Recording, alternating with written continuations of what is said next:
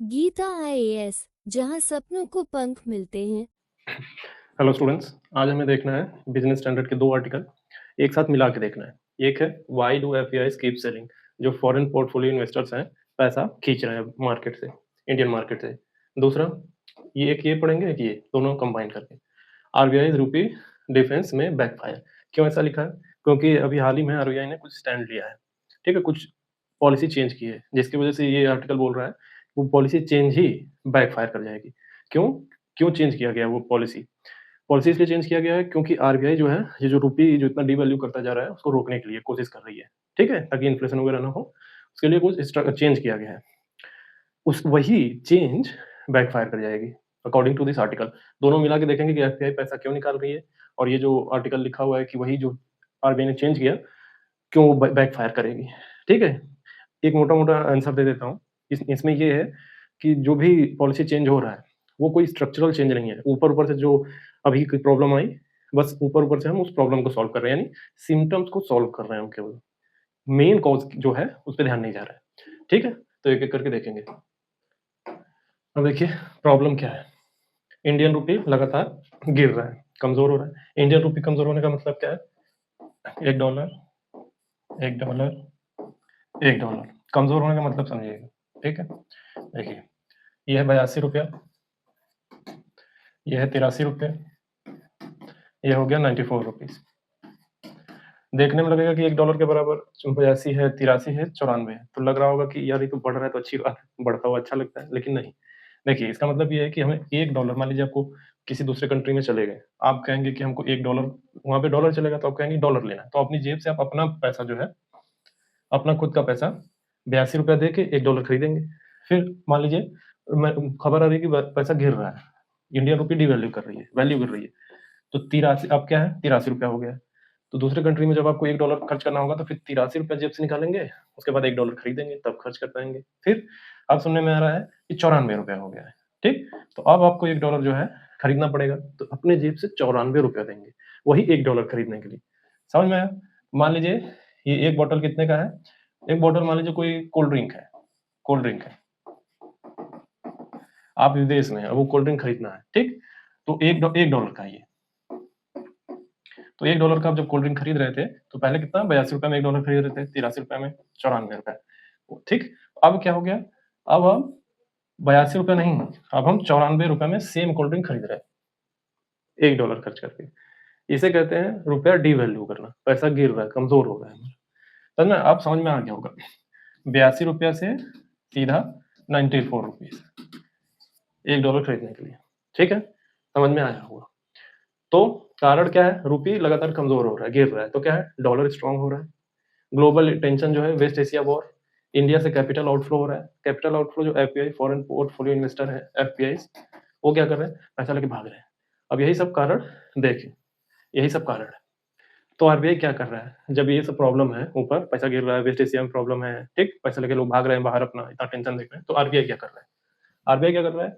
RBI ने रूपी को बचाने के लिए दो बड़े कदम, ये याद रखिएगा। अभी एक चीज आपको नया चीज पता चलने वाला है। ये जो करंट अफेयर हम देख रहे हैं, इससे क्या है, आपका जो बेसिक का, जो आप फाउंडेशनल क्लास में पढ़ते हैं इकोनॉमिक्स, उसका बेसिक डिराइव हो जाता है, मतलब जिंदा हो जाता है वो टॉपिक। तो इस टॉपिक से, ये जो टॉपिक है करंट अफेयर का, कौन कौन सा हिस्सा जिंदा होगा? कैड, करंट अकाउंट डेफिसिट पढ़ते हैं, कैपिटल अकाउंट पढ़ते हैं आप, कैपिटल अकाउंट और करंट अकाउंट डेफिसिट, तो ये हिस्सा आपको रिवाइज करना होगा। और इंटरेस्ट रेट पढ़ाया जाता है खूब सारा, आरबीआई वाला हिस्सा पढ़ाया जाता है, तो करंट अफेयर का वो वाला हिस्सा जिंदा होता है। तो आपको क्या करना है, उसको रिवाइज करना है, प्लस इसको देखना है, आपका फंडामेंटल स्ट्रांग होना चाहिए यहाँ पे। ठीक है, तो आरबीआई ने क्या किया, रुपये बचाने के लिए दो कदम उठाए। पहला, डॉलर बेचना, यानी फॉरेक्स इंटरवेंशन, डॉलर डॉलर बेचना शुरू किया। ठीक, आरबीआई ने मार्केट में डॉलर बेचे ताकि रुपी स्टेबल रहे। अभी आपके दिमाग में आएगा कि डॉलर बेचने से रुपी कैसे स्टेबल होगा, अभी बताएंगे, ठीक है, समझिएगा, देखते हैं पहले। तो डॉलर बेचने से रुपी कैसे स्टेबल होगा। ठीक, आरबीआई क्या कर रहा है, डॉलर बेच रहा है खूब खूब मार्केट में। ठीक, क्यों? कि डॉलर की डिमांड गिर जाए, इसलिए डॉलर की डिमांड गिराना चाहता है। कैसे? एक छोटा सा देसी एग्जांपल लेंगे समझने के लिए। मान लीजिए ये घर है एक, ठीक, आपका कोई दोस्त है, आप दो दोस्त हैं, एक आप है, एक आपका दोस्त है। आप दोनों की पहिया जो है, आप दोनों का दोस्ती एकदम घिस चुका है, आप अपने एक दूसरे को कैसे भी बुला लेते हैं, ठीक है कभी। लेकिन इस एक्स दोस्त के, ये वाई दोस्त है, ये एक्स दोस्त आपको अपने घर बुलाता है कि आओ मेरे दोस्त, तुमसे मिलना है, परिवार को मिलाते हैं, ठीक। अब यहाँ पे दोस्त का पूरा परिवार है, ये एक्स का परिवार है यहाँ पे, ठीक। मम्मी है, पापा है, इसका भाई बहन सब है, ठीक। चलिए, अब ये वाई दोस्त आ गया मिलने।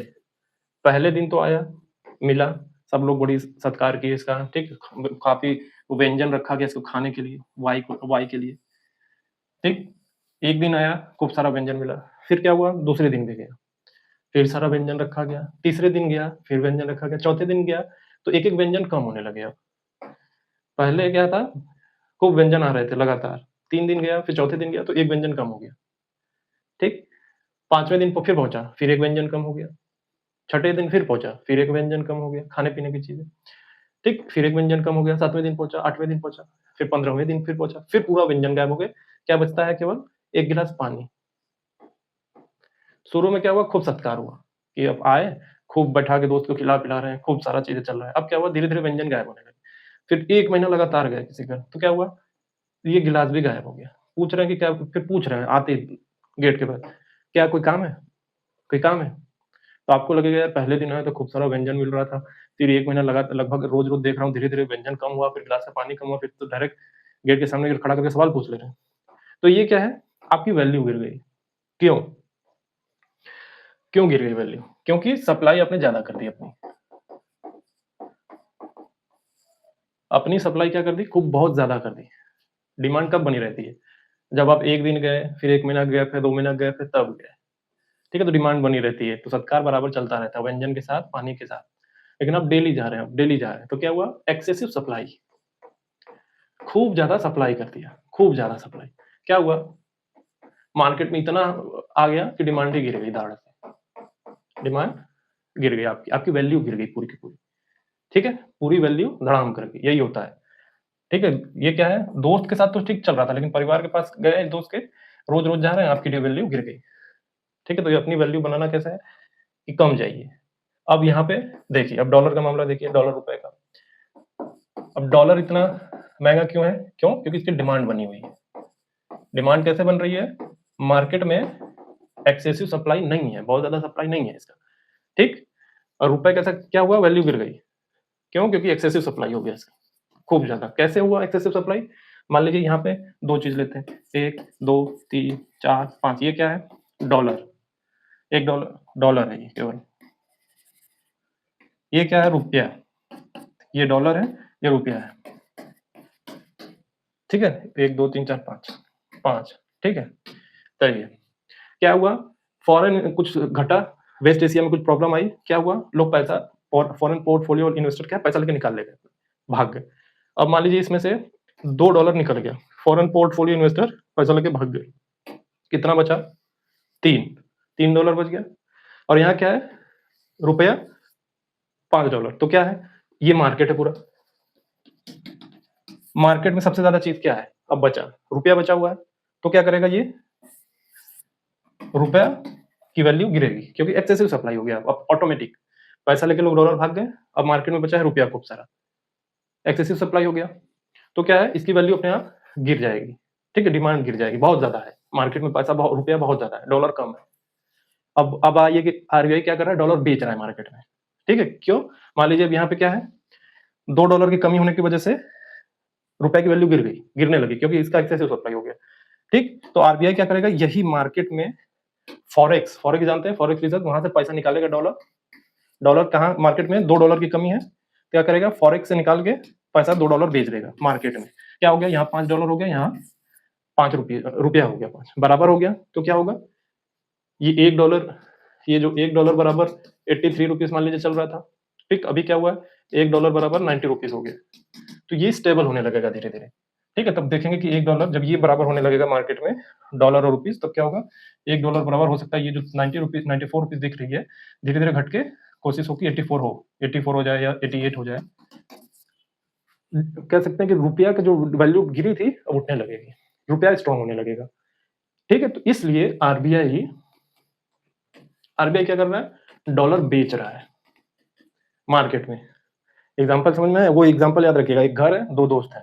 आपने क्या किया, आप पहले दिन गए अपने दोस्त के यहाँ, तो आपको क्या मिला, मिठाई पानी सब मिल रहा है। फिर 1 महीना लगातार चले गए, फिर क्या हुआ, आपको आपकी वैल्यू गिर गई, तो अब जो मिठाई था वो घट गया, अब केवल 1 गिलास पानी मिल रहा है पीने को। और एक समय के बाद आया कि सवाल भी रुक रुक के पूछ ले रहे हो गेट के पास ही, रोज रोज क्यों आ जाते हो, पूरी वैल्यू गिर गई। ठीक है, तो एक्सेसिव सप्लाई हो गया। ठीक, वैसे ही जब कोई संकट आ जाता है, इंटरनेशनल मार्केट में कुछ गड़बड़ हो गया, टेंशन हो गई, तो फॉरेन पोर्टफोलियो इन्वेस्टर जो है अपना पैसा लेके निकाल के भागते हैं। डॉलर मार्केट में कम हो जाता है, इसकी डिमांड बढ़ जाती है, और इंडियन मार्केट में रुपीस बहुत ज्यादा हो जाता है, एक्सेसिव सप्लाई, जिससे रुपया डिवैल्यू करती है। समझ में? और इसी कम डॉलर होने की वजह से मार्केट में आरबीआई डॉलर बेचता है मार्केट में, ताकि रुपया और डॉलर बराबर रहे। ठीक है, और ये जो पैसा गिर रहा है, रुपया गिर रहा है, वो स्टेबल हो सके। ठीक, अब देखिए आरबीआई क्या कर रहा है, डॉलर बेच रहा है, यही कर रहा है पहला काम। तो आरबीआई डॉलर बेचता है तो क्या होता है, मार्केट में सप्लाई बढ़ा देता है, सप्लाई बढ़ा देगा तो डॉलर का डिमांड थोड़ा घटेगा। ठीक है, स्टेप बाय स्टेप देखेंगे। मान लीजिए मार्केट में डिमांड है $100 की, सप्लाई है 80 की। ठीक है, क्या होगा, डॉलर महंगा हो जाएगा, रूपी कमजोर हो जाएगा। ठीक है, अब आरबीआई की एंट्री होगी, आरबीआई अपने रिजर्व से निकालेगा पैसा, $20 बेच देगा मार्केट में, तो सप्लाई क्या है 100 की, डिमांड 100 की, बैलेंस हो गया। समझ में आया? तो इसका असर क्या होगा, डॉलर सस्ता हो जाएगा। पहले क्या था, ₹1, पहले क्या था, $1 ₹84, अब क्या है, $1 ₹82 मान लीजिए। ठीक है, तो रुपया मजबूत हो गया। समझ में? जो मैं पहले बता रहा था बस वही है। और क्या होगा, इंपोर्ट सस्ता हो जाएगा, पेट्रोल, मोबाइल, मशीनरी जो बाहर से आते हैं, पहले महंगे थे क्योंकि रुपया जो है डिवैल्यू कर गया था, अब थोड़े सस्ते हो जाएंगे। ठीक है, इन्फ्लेशन कंट्रोल में रहेगा, क्योंकि इंपोर्ट सस्ता हो गया तो चीजें सस्ती, महंगाई कम। समझ में? एक लाइन में देखिए, मार्केट में डॉलर की कमी थी, प्राइस बढ़ रहा था, आरबीआई ने डॉलर डाल दिए, सप्लाई बढ़ी, प्राइस गिरा और रुपया स्टेबल हो गया। ये एक लाइन में निचोड़ जितना अभी तक मैंने बताया। ठीक, तो आरबीआई ने एक पहला काम क्या किया, डॉलर मार्केट में बेचना शुरू किया। ठीक, अब दूसरा काम क्या कर रहा है, रिस्ट्रिक्शंस लगा रहा है बैंक्स पर। अभी आपको पता चलेगा किस किन किन चीजों पे। पहला किस पे रोक लगाया है, बैंक्स को रोका गया है, ऑफशोर मार्केट यानी एनडीएफ में ट्रेडिंग नहीं, लिमिट किया गया है, और एफएक्स पोजीशंस लिमिट कर दी गई। ये दो चीजें भी हम बताएंगे क्या है, ये दो चीज आपके लिए नया है बिल्कुल। ये दूसरा वाला नया नहीं है, लेकिन पहला वाला हो सकता है नया हो, क्योंकि फाउंडेशनल क्लास में शायद ही ना पढ़ाया गया ऑफशोर मार्केट। एक ऑफशोर मार्केट होता है, एक ऑनशोर मार्केट होता है। ऑफशोर मार्केट में एनडीएफ और एफएक्स पोजीशनिंग लिमिट कर दी गई। क्या मतलब है, इसका मतलब है कि डॉलर की डिमांड कम करने की कोशिश की जा रही है, ताकि रुपया संभाला जा सके। देखिए आरबीआई ने बैंक पर रिस्ट्रिक्शन क्यों लगाए थे, जब रुपया गिरता है, डिवैल्यू करता है, कमजोर होता है, तो लोग और बैंक डॉलर खरीदने लगते हैं। ठीक है, इससे क्या होता है, डिमांड और बढ़ जाती है, रुपया और गिरता है, डॉलर और खरीदेंगे तो डिमांड इसकी और बढ़ती चली जाती है। तो इसलिए रिजर्व आरबीआई ने डॉलर की डिमांड कम करने के लिए रिस्ट्रिक्शंस लगाए। ये क्या करते हैं बैंक और लोग, देखिए इंटरनेशनल मार्केट में दिमाग लगाइए। मान लीजिए ये इंडिया का मार्केट है, इंडिया, और ये इंटरनेशनल मार्केट है, कोई और देश, मान लीजिए कोई देश है, कोई YZ देश है। ठीक है, मान लीजिए क्या है, सिंगापुर है। ठीक, यहाँ पे $1 बराबर मान लीजिए ₹83 है, $1 बराबर ₹83, और यहाँ पे $1 बराबर क्या हो गया, ₹84 यहाँ पे सिंगापुर में। तो ये क्या करते हैं, इंडिया मार्केट से डॉलर खरीदते हैं, ₹83 देते हैं और $1 ले लेते हैं। ठीक, ये इंडिया में $1 बराबर ₹83 है, इंटरनेशनल मार्केट में सिंगापुर में क्या है, ₹84। तो ये यहाँ ले जाके बेच देते हैं। समझ में? 83 का खरीदा, 84 का बेच दिया, तो कितने का फायदा हुआ, ₹1 का। ये ₹1 इनके जेब में चला जाता है। जब भी रुपया डिवैल्यू करता है, गिरता है, तो बैंक और लोग ये करते हैं। तो इसको रोकने के लिए आरबीआई ने क्या किया, रिस्ट्रिक्शंस लगाए। क्या क्या रिस्ट्रिक्शन, दो ऊपर देखे गए, ये ऑफशोर मार्केट एनडीएफ में ट्रेडिंग करने से रोकता है, एफएक्स पोजीशनिंग लिमिट कर देता है, अभी ये किया गया है। तो आरबीआई ने अभी रिस्ट्रिक्शंस लगाए ऑफशोर मार्केट पे, बैंक के एफएक्स पोजीशनिंग पे। ठीक है, तो मतलब क्या है कि अब जो डॉलर फ्रीली डॉलर खरीदकर बड़ा बेट नहीं लगा पाएंगे बैंक और लोग। ठीक है, अभी इसको एक एक करके समझेंगे। एग्जाम्पल के लिए एक सिचुएशन पकड़िए, सिचुएशन विदाउट रिस्ट्रिक्शंस। अभी मान लीजिए एक ऐसा सिचुएशन पकड़िए, रिस्ट्रिक्शंस नहीं लगा हुआ है। ठीक है, तब क्या, तब की पोजीशन क्या है, मान लीजिए एक बैंक है, एबीसी कोई बैंक है। ठीक, उसे क्या लगता है कि रुपया गिरेगा, यानी उसे लगता है कि भविष्य में रुपया गिरने वाला है, रुपया कमजोर होगा, तो वो क्या करेगा, अभी $100 मिलियन खरीद लेगा। अभी कभी कहेगा $100 मिलियन खरीद दो, क्योंकि भविष्य में रुपया गिरने वाला है, बाद में महंगे में बेचकर प्रॉफिट कमाएगा। तो रिजल्ट क्या है, मार्केट में डॉलर की डिमांड बढ़ गई और रुपया और गिर गया। ठीक है, ये होता है। अब सिचुएशन पकड़िए, RBI with restrictions, without restriction था, अब विथ रिस्ट्रिक्शंस। अब आरबीआई बोलता है तुम 100 मिलियन नहीं करो, अब तुम 100 मिलियन नहीं खरीद सकते, ठीक है, सिर्फ 20 मिलियन डॉलर ही खरीद सकते हो। तो एनडीएफ मार्केट में जो स्पेकुलेशन मार्केट है वो नहीं कर सकते, ठीक। तो बैंक क्या करेगा, कम डॉलर खरीदेगा और जो स्पेकुलेशन वाला हिस्सा था वो कम होगा। अभी आपको पता चलेगा कि ये जो मैं एनडीएफ बोला हूं, इस पे ध्यान दीजिएगा। एनडीएफ मार्केट, ठीक है, एनडीएफ मार्केट ये क्या होता है, इस पर भी बात करेंगे।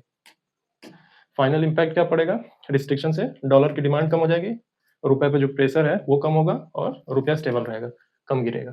एग्जाम्पल के लिए एक छोटा सा, मान लीजिए एक पेट्रोल की शॉर्टेज है, सरकार बोल दे कि हर आदमी सिर्फ 2 लीटर ही खरीद सकता है, तो डिमांड कंट्रोल हो जाएगी, पैनिक बाइंग रुकेगी, और बिल्कुल वही काम आरबीआई ने मार्केट में किया है, डॉलर मार्केट में किया है।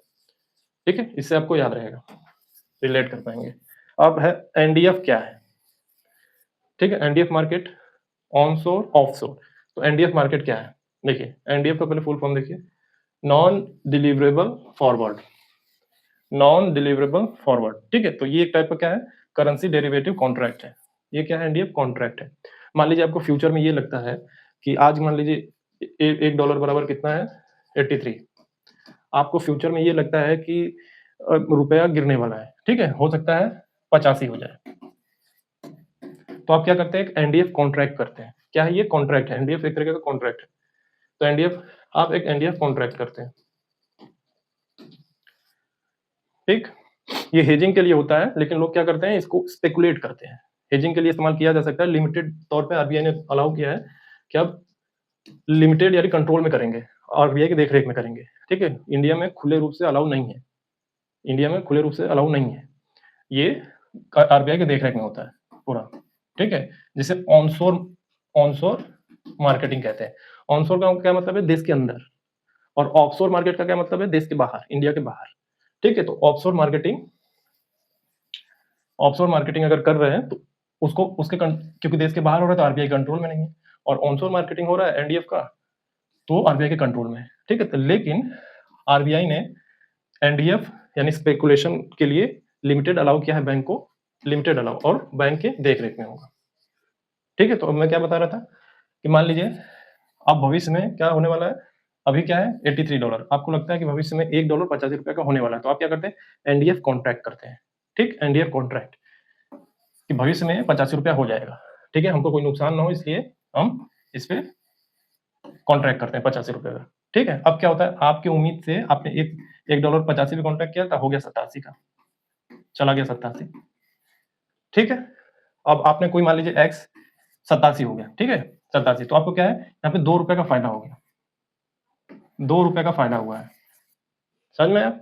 $1 85 रुपए का आपने एनडीएफ कॉन्ट्रैक्ट किया, और $1 क्या हुआ, 87 चला गया, आपको 2 रुपए का फायदा हो गया। मान लीजिए यही 83 से क्या होता, 84 रह जाता, तो आप 1 रुपए का घाटे में चले जाते हैं, ठीक है। तो इन सब चीजों को रोकने के लिए, कंट्रोल में करने के लिए आरबीआई ने ऑफशोर, ऑफशोर एनडीएफ पे थोड़ा लिमिटेशन लगाया, किसको, जो अंदर के बैंक है, देश के अंदर के बैंक है उन पे, ठीक। आप अपने याद रखने के लिए क्या याद रखेंगे कि जो ये एनडीएफ है, ये करेंसी डेरिवेटिव कॉन्ट्रैक्ट, एक तरह का कॉन्ट्रैक्ट है, जो भविष्य में आपको लगता है कि रुपया गिरने वाला है, तो आप कॉन्ट्रैक्ट कर लेते हैं, रेट फिक्स कर लेते हैं कि इतना इतना हम फिक्स कर लेते हैं, इसी पे हम डील करेंगे, ठीक है। अगर 87 चला गया तो क्या होगा, आपको 2 रुपए का फायदा हो जाएगा, समझ में आया? अब आगे बढ़ेंगे, देखिए एनडीएफ में आप सिर्फ क्या करते हैं, फ्यूचर रेट पर बेट लगाते हैं, ये याद रखिएगा, फ्यूचर रेट पे ही बेट लगाते हैं, लेकिन अंत में रियल डॉलर और रुपये का लेन देन नहीं होता है, सिर्फ प्रॉफिट लॉस कैश में सेटल होता है, ठीक है, मोस्टली डॉलर में। क्या याद रखना है कि जब ये सब होता है बेटिंग, तो डॉलर और रुपये का लेन देन नहीं होता है, ठीक है, प्रॉफिट और लॉस का केवल सेटल होता है। आपने वो मूवी देखी ना जो जिसमें इमरान हाशमी क्या करता है, एक मूवी है जिसमें इमरान हाशमी बैटिंग करता है, ठीक है, उसको 6 सेंस आते हैं कि ये जीतेगा, वो हारेगा, ये जीतेगा, वो हारेगा, ठीक है। तो आप क्या करते हैं, बेट करता है वो, ठीक है, बेट करता है, ये टीम जीतेगी, ये टीम जीतेगी, ये रुपया होगा, ठीक है। तो इसमें अपने पैसा नहीं लगाया, उसने बस क्या किया, बेट किया, सट्टा खेला एक तरीके का, ठीक है, ये टीम जीतेगी, ये टीम जीतेगी, जितना मिलेगा, ये एक्चुअल में जाके बैटिंग नहीं कर रहा है, ठीक है। तो क्या पता चला, ये टीम जीती, अगर इसका 6 फिक्स से काम किया तो उसको पैसा मिल जाता है। यहाँ पे क्या है, प्रॉफिट लॉस का बेट हो रहा है, केवल प्रॉफिट और लॉस का बेट हो रहा है। अनुमान लगाया गया रुपया गिरने वाला है, ठीक है, 85 पे एनडीएफ कॉन्ट्रैक्ट कर लिया, एनडीएफ कर लिया, अब पहुंच गया 87, तो इसको क्या हुआ, 2 रुपए का फायदा, वही हो जाता 84, 1 रुपए का लॉस, ठीक है। तो ये याद रखिएगा, क्या था, एक डेरिवेटिव कॉन्ट्रैक्ट है। ऑफशोर मार्केट क्या होता है, देश के बाहर, ऑफशोर का मतलब होता है देश के बाहर, मतलब क्या, इंडिया रूपी का ट्रेड इंडिया के बाहर हो रहा है, जैसे सिंगापुर, दुबई, लंदन, यहाँ रूपी का एनडीएफ ट्रेडिंग होता है, तो बिना इंडिया के कंट्रोल के, यही मैं बता रहा था ऑफशोर मार्केट में। एग्जाम्पल के लिए सिचुएशन पकड़िए, आज रेट कितना है, $1.83, आपको लगता है कि फ्यूचर में रुपया क्या होगा, कमजोर होगा, तो आप एनडीएफ कॉन्ट्रैक्ट करते हैं। डील क्या होती है कि 1 महीने बाद रेट 85 हो जाएगा, ठीक है, और 1 महीने बाद क्या होता है, केस 1 85 हो गया, ठीक, तो आप सही निकल गए, प्रॉफिट मिलेगा 2 रुपए पर डॉलर।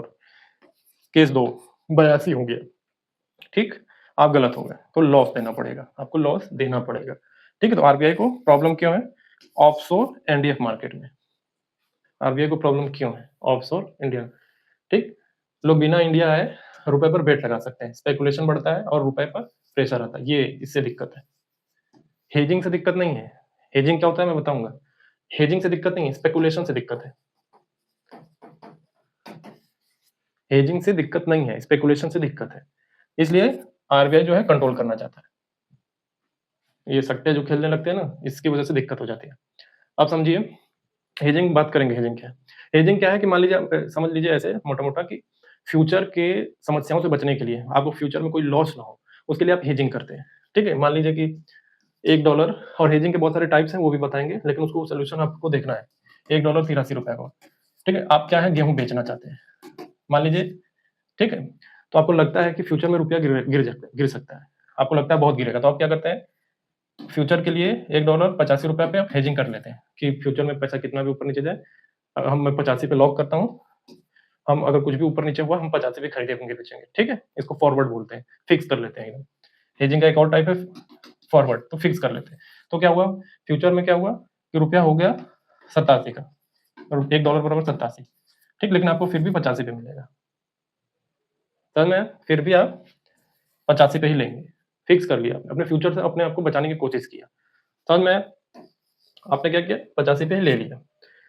ये है हेजिंग करना, फिक्स कर लेना फ्यूचर के समस्याओं से बचने के लिए कि दाम ऊपर नीचे हो जाए, वोलेटाइल है मार्केट, तो हम अपना फिक्स कर लेते हैं कि कॉन्ट्रैक्ट कि हम इसी पे खरीदेंगे बेचेंगे, तो वो हेजिंग है। हेजिंग करने के तरीके बहुत सारे हैं, ये उनमें से एक तरीका है जिसे फॉरवर्ड बोलते हैं, फॉरवर्ड फ्यूचर ऑप्शन आप सुनते हैं ना, वो सब। अब देखिए एफएक्स पोजिशनिंग क्या है, पोजिशन क्या है, एफएक्स मतलब forex exchange, FX foreign exchange, विदेशी मुद्रा। पोजिशन क्या है, आपने कितना बाई और सेल किया, तोड़ तोड़ के देखिए, फॉरेन एक्सचेंज पोजीशन क्या है, आपने कितना बाई और सेल किया, ठीक है। अगर बैंक ने ज्यादा डॉलर खरीद रखे हैं तो इसे क्या बोलेंगे, लॉन्ग पोजीशन।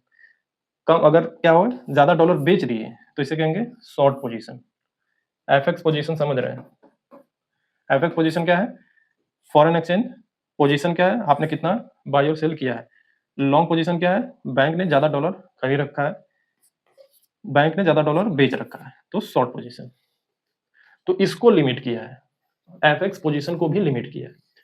अभी क्या क्या क्या लिमिट किया था, एनडीएफ मार्केट, एनडीएफ मार्केट में इंडियन बैंक को, लोगों को लिमिट किया गया, ज्यादा आप उछल कूद नहीं करेंगे। और फिर एफएक्स पोजीशन में, एफएक्स पोजीशन को लिमिट किया गया, 3 चीजें लिमिट हुई, क्या किया, डॉलर बेच रहा था, फिर एनडीएफ मार्केट को थोड़ा सा लिमिट करने की कोशिश किया, ऑनशोर यहाँ के बैंकों को, फिर एफएक्स पोजीशन को लिमिट किया, ठीक है। ये लाइन लिखी थी ऊपर, ये लाइन लिखी थी ऊपर, और उसी को हम समझ रहे हैं पूरा तोड़ के, ठीक है। तो डॉलर लॉन्ग पोजीशन क्या है, शॉर्ट पोजीशन क्या है, पोजीशन क्या है, एफएक्स क्या है, समझ में आया। अब एफएक्स पोजीशन लिमिट क्या है, एफएक्स पोजीशन लिमिट क्या है, आरबीआई क्या कहता है, तुम एक लिमिट से ज्यादा डॉलर में रिस्क नहीं ले सकते, मतलब क्या है, बैंक अनलिमिटेड डॉलर बाई और सेल नहीं कर सकते, ये याद रखिएगा, मेन पॉइंट यही है, अनलिमिटेड डॉलर बाई और सेल नहीं कर सकते, उन्हें एक तय सीमा के अंदर ही ट्रेड करना होगा, समझ में आया, ये है एफएक्स पोजीशन करना, लिमिट करना, बैंक को अनलिमिटेड डॉलर बाई और सेल नहीं करना है, ठीक, एग्जांपल से समझेंगे। मान लीजिए बैंक ने $100 मिलियन खरीद लिया है, ठीक है, आरबीआई ने लिमिट रखी है कि 50 मिलियन ही खरीद सकते हैं आप, ठीक है। तो अब क्या होगा, बैंक लिमिट क्रॉस कर गया, रिस्क बढ़ गया, आरबीआई क्या बोलेगा, एक्स्ट्रा पोजीशन रिड्यूस करो, तो बैंक को कुछ डॉलर बेचने पड़ेंगे, रिड्यूस करने का मतलब है डॉलर बेचने पड़ेंगे, अपनी पोजीशन लिमिट के अंदर लानी पड़ेगी, कितना रखा है, 50 मिलियन, एग्जाम्पल के लिए बोल रहे हैं, समझाने के लिए कि एफएक्स पोजीशन क्या है, एफएक्स पोजीशन का लिमिट करना क्या होता है। एफएक्स समझा, पोजीशन समझा, एफएक्स पोजीशन लिमिट करना क्या होता है वो समझ लिया। ठीक है, तो ये है, आरबीआई ने ये किया है, एफएक्स पोजीशन को लिमिट करने की कोशिश की है। आरबीआई ने ऐसा क्यों किया, क्यों करता है? रिस्क कंट्रोल करना, अगर डॉलर प्राइस अचानक बदल गया तो बैंक को भारी लॉस हो सकता है, इसलिए ऐसा किया है। दूसरा, रुपी स्टेबिलिटी देखना था उसको। ठीक है, तो बहुत ज्यादा स्पेकुलेशन होगा, रुपया बहुत तेजी से गिर सकता है, बढ़ सकता है। ठीक है, तो स्पेकुलेशन से बचाने के, वोलेटिलिटी से बचाने के लिए ये सारी चीजें हुई है। तो बैंक अगर डूबेंगे तो क्या होगा, पूरा सिस्टम हिल सकता है। इसीलिए सबसे पहला वॉर इसी पे किया आरबीआई ने। 3 चीजें चेंज हुई हैं, काफी ध्यान में रखिएगा, और आपको क्या करना है, अपने करंट अफेयर से इसको ध्यान में रखते हुए अपना जो बेसिक है उसको स्ट्रॉन्ग करना है। Current account, deficit, capital account, ये सबको पढ़ना है, उसको रिवाइज करना है। ठीक है, वो बेसिक जब आपको दिमाग में रहेगा तो ये आएगा आपको समझ में। तो क्या क्या किया है, डॉलर बेच रहा है, एनडीएफ मार्केट को लिमिट करने की कोशिश कर रहा है, खासकर यहाँ से जो सट्टे उट्टे खेल रहे हैं, हेजिंग के बहाने क्या कर रहे हैं, सट्टा खेल रहे हैं। आरबीआई को इसी से दिक्कत है, हेजिंग के बहाने सट्टा खेलने लगते हैं। तीसरा ही क्या किया है, एफएक्स पोजीशन को लिमिट किया है। अब रियल लाइफ कनेक्शन एक देख लीजिए, जब आरबीआई एफएक्स पोजीशन को लिमिट करता है तो बैंक क्या है, डॉलर में बड़े बेट नहीं लगा पाते, स्पेकुलेशन कम हो जाता है, रिजल्ट क्या होता है, रुपी स्टेबल रहता है, मार्केट में पैनिक कम होता है, सट्टा खेलने लगते हैं ये। पैसा कमाना है इनको, बैंक क्या है, बैंक अपना फायदा देखना चाहता है, बैंक अपना फायदा देखना चाहता है, तो वो भी और लोग भी अपना फायदा देखना चाहते हैं, तो किसी न किसी तरीके से सोचते हैं सट्टा खेलें। ठीक है, अब देखिए आर्टिकल में क्या था कि ये जो चेंजेस आरबीआई ने किए बैकफायर करेगा, मैंने बोला था कि बैकफायर करेगा, तो अब वहीं से देखना है कि प्रॉब्लम कैसे बैकफायर करेगा। ठीक है, ये जो इतने चेंजेस किए ना, यहीं से बैकफायर करेगा। पहला, मार्केट में डर फैल गया है, ये जो चेंजेस हुए, अचानक रूल्स चेंज, यानी इन्वेस्टर घबरा जाएंगे। अगर रूल्स बदलते रहेंगे तो इन्वेस्ट करना रिस्की होगा, बहुत ज्यादा रूल्स ऊपर नीचे हो रहे हैं, चेंज हो रहे हैं, तो जो इन्वेस्टर है वो पैसा खींचेंगे। ठीक है, बाहर, देश के बाहर पैनिक हुआ है, टेंशन है। ठीक, अब इसकी वजह से देश के अंदर बहुत ज्यादा इन्फ्लेशन वगैरह देखने को मिल रहा है, सारे टेंशन क्रिएट हो रहे हैं देश के अंदर, और हम फिर उसी पे तुरंत क्या कर रहे हैं, पॉलिसी चेंज कर रहे हैं। हम अपने भले के लिए कर रहे हैं, चेंज के लिए कर रहे हैं कि सब कुछ बेहतर हो, लेकिन इससे भी क्या मार्केट किस पे काम करता है, सेंटिमेंट्स पे। मार्केट किस पे काम करता है, सेंटिमेंट्स पे। जो इन्वेस्टर है उसके सेंटिमेंट हिले तो वो क्या करेगा, पैसा निकाल लेगा। तो ये जो क्या है, तो आर्टिकल में सुझाया क्या गया, यहीं से प्रॉब्लम शुरू हुई है। प्रॉब्लम शुरू होती है कि जो चेंज किए गए उससे क्या है, मार्केट में डर फैल गया कि अचानक रूल चेंज हो सकते हैं, किसी भी देश में अचानक रूल चेंज हो गए तो इन्वेस्टर क्यों इन्वेस्ट करना चाहेंगे, इन्वेस्टर घबरा गए। ठीक है, कि रूल्स बदलते रहेंगे तो इन्वेस्ट करना रिस्की है। दूसरा, लिक्विडिटी कम हो गई, बैंक ट्रेडिंग कम करेंगे, अगर लिमिट लगा दिया गया बैंक पे तो क्या है, ट्रेडिंग कम होगी, मार्केट में डॉलर अवेलेबिलिटी कम होगी, रिजल्ट रूपी और ज्यादा वोलेटाइल हो जाएगा, अनस्टेबल हो जाएगा। तीसरा, हेजिंग महंगी हो गई। हेजिंग हेजिंग क्या है, पता चल गया आपको कि फ्यूचर में अपने आप को बचाने के लिए, फ्यूचर में ऊपर नीचे ना हो जाए, हम पहले से ही कॉन्ट्रैक्ट कर लेते हैं। ठीक है, कि हम इतने पे खरीदेंगे बेचेंगे, तो हेजिंग है। माप तोल करते हैं ना, जाके सब्जी वाले से इतने में दो, इतने में दो, इतने में दो। ठीक है, आप लोग करते हैं, बस इसी तरीके से बड़े लेवल पे इसमें होती है।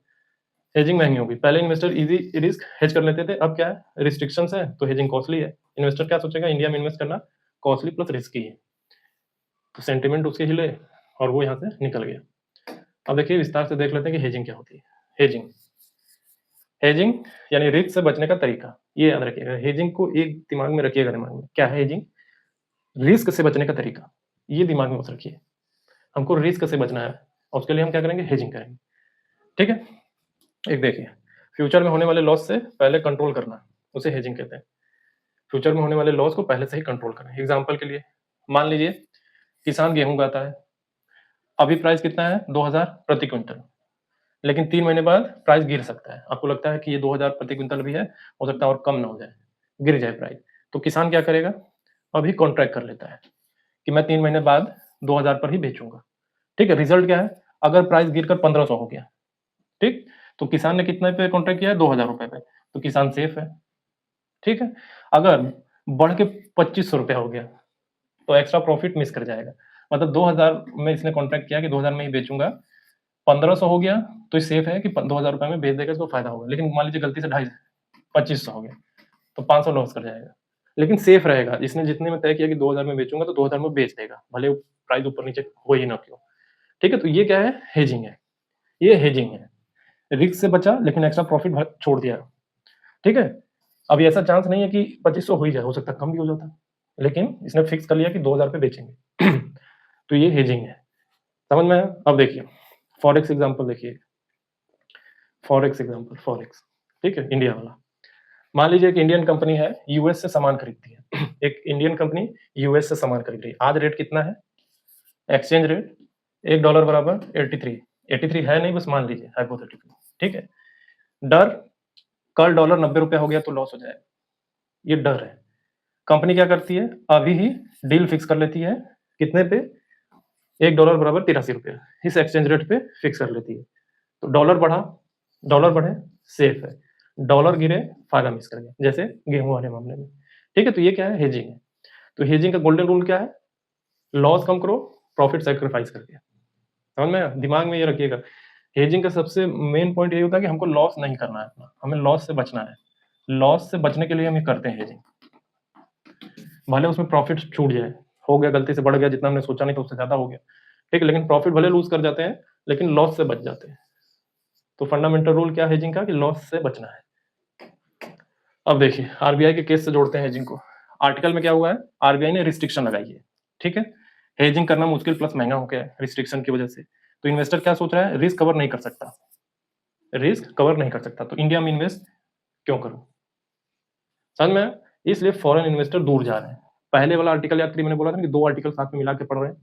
पहला आर्टिकल क्या था कि फॉरेन पोर्टफोलियो इन्वेस्टर भाग रहे हैं, पैसा निकाल रहे हैं, और दूसरे में क्या था? पॉलिसी, आरबीआई ने पॉलिसी चेंज की गई है, ठीक है, जिसकी वजह से वही खुद ही पॉलिसी चेंज बैकफायर कर जाएगा। तो इसलिए फॉरेन इन्वेस्टर दूर भाग रहे हैं, दूर जा रहे हैं, पैसा निकाल रहे हैं, ये याद रखिएगा। सब लिंक हुआ एक साथ, इसलिए बता रहे थे। अब देखिए हेजिंग के मैंने बोले थे ना बहुत सारे टाइप्स हैं, आपको क्या करना है? इनको पढ़ना है। ये सारी चीजें आपको हेजिंग कहाँ पढ़ाई जाती है? आपके फाउंडेशनल क्लास में। आपने जहां से भी इकोनॉमिक्स का फाउंडेशनल क्लास किया होगा, इकोनॉमिक्स जीएस का कहीं से भी फाउंडेशनल क्लास किया होगा, ये सब पढ़ाया जाता है, फाउंडेशनल क्लास का है। ये क्या है? इस टॉपिक की वजह से ये सब जिंदा हो चुके हैं, तो आपको क्या करना है? रिवीजन करना है। हेजिंग के टाइप्स कौन कौन से हैं? फॉरवर्ड हेजिंग, कॉन्ट्रैक्ट फिक्स करना, future hedging, option hedging, currency hedging, commodity hedging, stock hedging, interest rate hedging, ठीक है, ये सब और एक्सेट्रा और भी होते हैं, लेकिन ये आपके लिए इंपॉर्टेंट है काफी। ये मैं आपको बताऊंगा नहीं, ये सब बेसिक चीजें हैं, ये करंट अफेयर का क्लास है तो पता होना चाहिए कि ये आपका क्या है, फाउंडेशनल क्लास में पढ़ाया जाता है आपको हेजिंग वगैरह, बैंकिंग वगैरह पढ़ते हैं ना, तो ये सारी चीजें बता दी जाती है। तो क्या करना है? नहीं भी आपने पढ़ी है तो इंटरनेट पे सर्च करके इसको पढ़ेंगे, लेकिन पढ़ेंगे जरूर, क्योंकि बहुत इंपॉर्टेंट है ये सब। देखिए मैंने स्टार्टिंग में क्या बोला था कि आरबीआई जो सोल्यूशन है वो सिम्टम्स को केवल केवल टारगेट कर रहा है, लेकिन जो मेन चीज कॉज है, कारण है, जड़ से ठीक करना, वो था स्ट्रक्चरल प्रॉब्लम को सॉल्व करना, ठीक है। तो स्ट्रक्चरल प्रॉब्लम सॉल्व नहीं हुआ, तो असली इशू क्या है? Current account deficit, CAD. Import ज्यादा है, ऑयल डिपेंडेंसी है, तो हम इंपोर्ट ज्यादा करते हैं, और कैपिटल इनफ्लो कम है, कैपिटल इनफ्लो कम है, एफपीआई कम आ रहा है, एफडीआई कम आ रहा है, और इंपोर्ट ज्यादा है, मतलब पैसा ज्यादा बाहर जा रहा है, लेकिन देश के अंदर पैसा आ नहीं रहा है, देश के अंदर पैसा नहीं आ रहा, पैसा बाहर बहुत ज्यादा जा रहा है, ठीक है। तो ये क्या है? स्ट्रक्चरल इशू है। तो करंट अकाउंट डेफिसिट का दिक्कत है, इंपोर्ट ज्यादा है, कैपिटल और क्या है? इनफ्लो कम है, तो ये क्या है? दिक्कत है। आरबीआई ने क्या किया है? टेम्परेरी फिक्स कर रहा है, ये जो ऊपर चेंजेस वो टेम्परेरी है, प्रॉब्लम हमारी लॉन्ग टर्म की है, इसको फिक्स करना है, करंट अकाउंट डेफिसिट को फिक्स करना है, इंपोर्ट जो बहुत ज्यादा है उसको कम करना है, कैपिटल इनफ्लो बढ़ाना है, लेकिन क्या है? ये सब कम है। अब देखिए इंडिया की प्रॉब्लम टेम्परेरी स्ट्रक्चरल है, तो ऊपर से आरबीआई क्या कर रहा है? ऊपर से पैच लगा रहा है, जहां फटा हुआ है वहां पैच लगाने जैसा है, ठीक है। अभी जो कर रहा है पैच लगाने जैसा, ठीक है, सिस्टमैटिक इम्बैलेंस है अभी। करंट अकाउंट डेफिसिट क्या है? करंट अकाउंट डेफिसिट, ये भी आप क्या करते हैं? ये सारी चीजें भी आप अपने फाउंडेशनल क्लास में ये पढ़ते हैं, current account deficit, capital account, current account, ये पढ़ते हैं, वो बस वही है, ठीक है। तो करंट अकाउंट डेफिसिट मोटा मोटा देख लीजिए, देश जितना कमाता है उससे ज्यादा खर्च करता है, ठीक है, जितना कमाता है यानी एक्सपोर्ट करता है, उससे ज्यादा खर्च करता है यानी इम्पोर्ट करता है, ठीक है। मान लीजिए आपकी इनकम कितनी है? 20,000, खर्च है 25,000, हर महीने 5,000 ज्यादा, 5,000 का घाटा है, तो आप क्या करोगे? उधार लोगे या सेविंग खत्म कर दोगे अपना? उधार लोगे या सेविंग खत्म करोगे, यानी बाहर से पैसा उधार लोगे, या तो आपके पास जो बचा हुआ है उसमें लगा दोगे, ठीक है, सेविंग खत्म करोगे। यही है कैट, यानी देश का घाटा, करंट अकाउंट डेफिसिट। इंडिया में करंट अकाउंट डेफिसिट क्यों है? करंट अकाउंट डेफिसिट क्यों है, मतलब डेफिसिट में क्यों है, ठीक है। तो इंपोर्ट ज्यादा है, और स्पेशली ऑयल का इंपोर्ट ज्यादा है। इंडिया में बहुत ज्यादा सारा ऑयल बाहर से खरीदता है, पेट्रोल, डीजल, गैस, इंडस्ट्री भी ऑयल पे डिपेंड करती है, मतलब डॉलर में पेमेंट करना पड़ता है, ठीक है। मैंने इससे भी पहले वाले वीडियोस अगर आपने देखे होंगे तो उसमें मैंने क्या बताया? स्ट्रक्चरल प्रॉब्लम, जब भी कोई शॉक आता है, जब भी कोई शौक आता है तो हमें उससे सीखना होता है, सीख के हमको स्ट्रक्चरल चेंज करने होते हैं, लेकिन हम क्या करते हैं, नहीं करते, कोई स्ट्रक्चरल चेंज नहीं करते, क्विक रिस्पॉन्स पे बिलीव करते हैं केवल। क्विक रिस्पॉन्स ठीक है कि हम क्विक रिस्पॉन्स कर रहे हैं, लेकिन क्विक रिस्पॉन्स से सीखने के बाद हमको स्ट्रक्चरल चेंज करने की जरूरत होती है कि बार बार इतना पैसा क्यों जाए, पैसा आपका कमा ही जाएगा, लेकिन क्यों जाए, तो इसके लिए करना पड़ता है स्ट्रक्चरल चेंज। एक बार हो जाए फिर ये जो डिपेंडेंसी है वो सब खत्म होने लगती है, तो पैसा बचता है। दूसरा, एक्सपोर्ट उतना स्ट्रांग नहीं है। आईटी सर्विसेज में हम काफी स्ट्रांग हैं, ठीक है, लेकिन मैन्युफैक्चरिंग में हम वीक है। चाइना जैसा एक्सपोर्ट पावर हाउस नहीं है। चाइना क्या है, एक्सपोर्ट पावर हाउस बोला जाता है उसको, जबरदस्त एक्सपोर्ट करता है, तो वैसे हम नहीं है। अब देखिए कैपिटल इनफ्लो कम है, तो क्यों इंपॉर्टेंट है ये बात, करंट अकाउंट डेफिसिट को बैलेंस करने के लिए जरूरी है, ठीक है। मान लीजिए हम क्या कर रहे हैं, एक्सपोर्ट नहीं कर रहे हैं, खूब ज्यादा इंपोर्ट कर रहे हैं, ठीक है, लेकिन तो इसकी भरपाई कहाँ से होगी, तो जब हमारे देश में एफडीआई एफपीआई ये सब नहीं आएगा तो इसकी भरपाई नहीं होगी। इसीलिए करंट अकाउंट डेफिसिट को बैलेंस करने के लिए फॉरेन पैसा आना चाहिए, एफपीआई एफडीआई। तो ये क्या है, एफपीआई अभी क्या हम पढ़ रहे हैं, एफपीआई पैसा लेके भाग रहे हैं अपना, ये पैसा लेके निकल रहे हैं, ठीक। एग्जाम्पल देखिए, मान लीजिए हमें घाटा कितने का है, $10 बिलियन का, तो उतना फॉरेन इन्वेस्टमेंट आना भी तो चाहिए। अगर हमें $10 बिलियन का घाटा है, करंट अकाउंट डेफिसिट में, हम डेफिसिट में है, तो हमें क्या है, हमें इतना फॉरेन इन्वेस्टमेंट चाहिए। नहीं आएगा तो दिक्कत है, नहीं आएगा तो रुपया गिरेगा और डॉलर महंगा होगा। और पहले स्टार्टिंग का याद करिए, मैंने क्या कहा था, एक्सेसिव सप्लाई बहुत ज्यादा होगा तो क्या होगा, वैल्यू गिर जाएगी। तो ये सब फॉरेन इन्वेस्टमेंट नहीं आएगा, पैसा लेके भागेंगे सब बाहर, तो क्या होगा, डॉलर कम हो जाएगा और रुपया बहुत ज्यादा हो जाएगा। तो इसका एक्सेसिव सप्लाई हो गया मार्केट में, तो रुपया गिर जाएगा और इसकी डिमांड बढ़ जाएगी। समझ में आया? तो अभी क्या हो रहा है, अभी क्या हो रहा है, अभी प्रॉब्लम क्या है, तीन चीजें एक साथ हो रही है। इंपोर्ट ज्यादा है, एक्सपोर्ट उतना नहीं बढ़ रहा है, फॉरेन इन्वेस्टर जो है पैसा निकाल रहे हैं। ये तीनों के साथ क्या हो रहा है, एक साथ हो रहा है, एक साथ। रुपया जो आपको दिख रहा है ना इतना गिरा हुआ, ये सब कारण यही है। मतलब पैसा बाहर जा रहा है, अंदर नहीं आ रहा है, आउटफ्लो है, इनफ्लो बिल्कुल भी नहीं है, तो क्या होगा, रुपया गिरेगा। तो आरबीआई क्या कर रहा था, आरबीआई डॉलर बेच रहा था, स्टार्टिंग में बताया, रूल्स टाइट कर रहा है, मतलब रुपए को गिरने से बचाने की कोशिश कर रहा है, ठीक है। ये क्या है, टेम्परेरी है। तो प्रॉब्लम क्यों सॉल्व नहीं हो रही है, आरबीआई क्या कर रहा है, सिम्टम्स ठीक कर रहा है, रुपए को गिरने के बचा रहा है, स्ट्रक्चरल चेंज नहीं है, ठीक है, जो कि हमें करना था। अब एक एग्जांपल देखिए, मान लीजिए आपके पास हर महीने 5,000 रुपए का घाटा है, आप क्या कर रहे हैं, हर महीने दोस्त से उधार ले रहे हैं, ठीक। क्वेश्चन क्या है, प्रॉब्लम सॉल्व नहीं हुई है, क्वेश्चन ये है कि प्रॉब्लम सॉल्व नहीं हुई है। असली सॉल्यूशन क्या है, आपको अपना इनकम बढ़ाना होगा, खर्च कम करना होगा, खर्च कम इनकम बढ़ाना होगा, तब ये जो हर महीने 5,000 का घाटा है वो उसकी भरपाई हो पाएगी। यही चीज देश पे अप्लाई करिए, यही चीज देश पे अप्लाई करना है। तो इंडिया के केस में क्या करना है, लॉन्ग टर्म सोल्यूशन देखना है हमें। लॉन्ग टर्म सोल्यूशन क्या है, एक्सपोर्ट बढ़ाना, make in India, oil dependence कम करना होगा, रिन्यूएबल एनर्जीज पे जाना पड़ेगा, फॉरेन इन्वेस्टमेंट अट्रैक्ट करना होगा और पॉलिसी स्टेबल बनानी होगी। ये है इंडिया का लॉन्ग टर्म सोल्यूशन और स्ट्रक्चरल चेंज के लिए। फाइनल बात समझिए, इंडिया का करंट अकाउंट डेफिसिट और इंपोर्ट डिपेंडेंस स्ट्रक्चरल प्रॉब्लम है। आरबीआई की शॉर्ट टर्म इंटरवेंशन रुपये को क्या कर रहा है, टेम्परेरी स्टेबलाइज कर सकती है, लेकिन जब तक एक्सपोर्ट नहीं बढ़ेगा, एक्सपोर्ट और कैपिटल इनफ्लो मजबूत नहीं होगा, तब तक करेंसी प्रेशर बना रहेगा।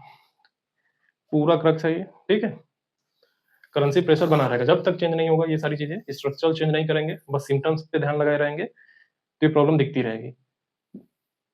जितने भी आर्टिकल अभी तक आए हैं, जितने आर्टिकल बताए गए हैं, सब में यही रिकमेंड कर रहे हैं कि सिम्टम्स पे ध्यान मत दो, स्ट्रक्चरल चेंज करो। सिम्टम्स थोड़े समय के लिए रहेंगे, लेकिन अब आप एक बार स्ट्रक्चरल चेंज कर दोगे तो मामला सब एकदम बेटर हो जाएगा।